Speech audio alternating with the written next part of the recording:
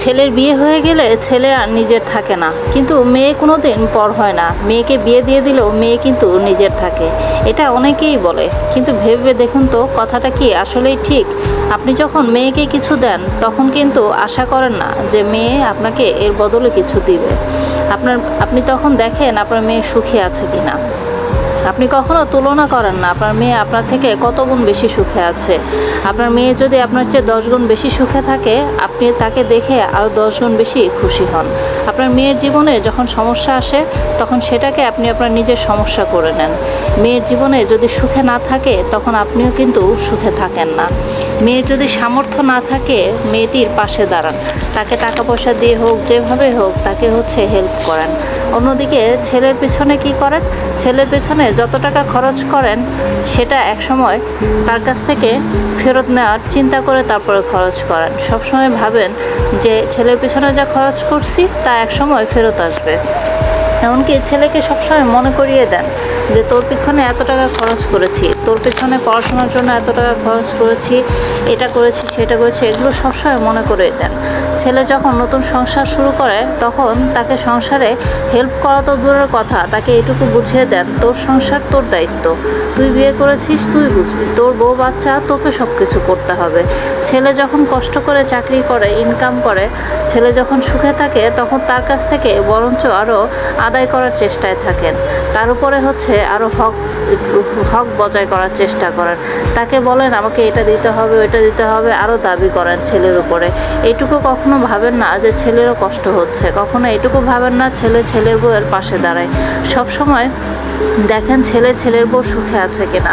তখন আপনি আপনার হিসাবটা করেন যে ছেলের বউ যদি 10 গুণ সুখী থাকে তাহলে আমরা কেন এত কম সুখে আছি। এসব কথা সবসময় ভাবেন।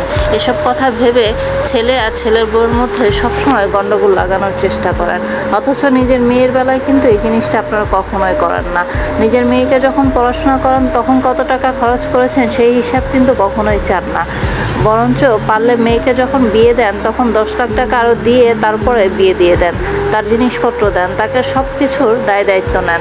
অথচ ছেলের বেলায় যদি 2-3 লাখ টাকা দিয়ে আপনি চাকরিও নিয়ে দেন, সেটার খোঁটা সারা জীবন ধরে দিতে থাকেন। যেখানে ছেলে আপনার নিজের দায়িত্ব নিয়ে আপনাকে খাওয়ায়, পড়ায়, সব কিছু করে, তারপরেও ছেলের নামে কখনোই আপনি প্রশংসা করেন না।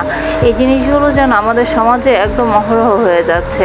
মেয়ে যদি আপনার জন্য 5%ও করে, আপনি তখন খুশিতে একদম আত্মহারা হয়ে যান। অথচ ছেলে যদি 80% বা 100%ও করে, তবুও ছেলের প্রতি আপনি কখনো দয়াবান হন না।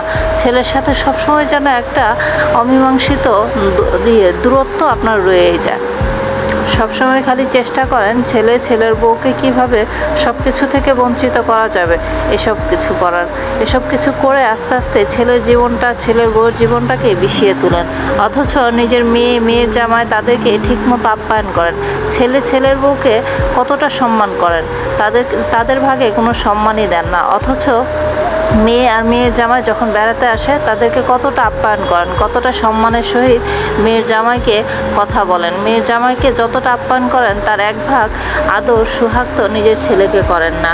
এভাবেই চলতে থাকে। আবার একটা জিনিস ভেবে দেখেন যে আপনার ছেলের ঘরের নাতি নাতনিকে আপনি কতটা আদর যত্ন করেন আর মেয়ের ঘরের নাতি নাতনিকে কতটা আদর যত্ন করেন। ছেলের বউকে কখনো নিজের মেয়ের মতো একটু আদর যত্ন করেন না, একটুখানি তাকে আদর আপ্যায়ন করেন না। এই কারণে ছেলের বউ আস্তে আস্তে বিষিয়ে যায়। ছেলের বউয়ের সাথে নিজেদের এই দূরত্বটাকে সরাতে হলে অবশ্যই আপনাকেও ভালো মেন্টালিটির হতে হবে। আপনাকেও ছেলের বউর প্রতি একটু সদয় হতে হবে, ছেলের বউর সাথে ভালো ব্যবহার আচার আচরণ করতে হবে। এটুকু মাথায় রাখতে হবে, ছেলের বউ যদি ভালো থাকে তাহলে আমার ছেলেটাও ভালো থাকবে, আর আমার ছেলেটা যদি ভালো থাকে তাহলে আমার মেয়েটাও ভালো থাকবে, আমাদের পরিবারটাও ভালো থাকবে। এসব চিন্তা ভাবনা করলে আর এসব দায়িত্ব পালন করলে সংসার সুখের হবে।